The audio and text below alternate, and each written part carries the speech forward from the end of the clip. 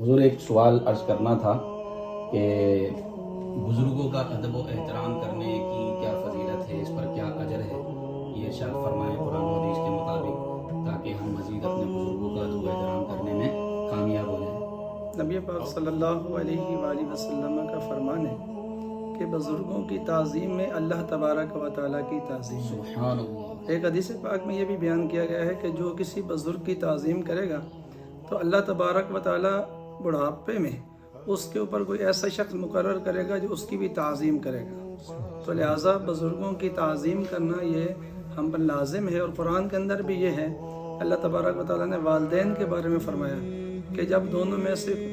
سے ایک یا دونوں بڑھاپے کو پہنچ جائیں تو ان کے لیے فلا تقل لہما اف ولا تنہرہما،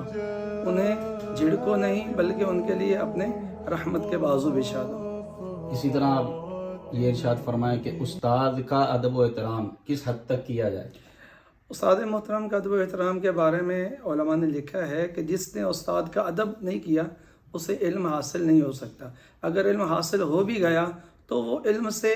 فائدہ حاصل نہیں کر سکتا، یعنی اس کی برکات سے وہ محروم رہے گا۔ اللہ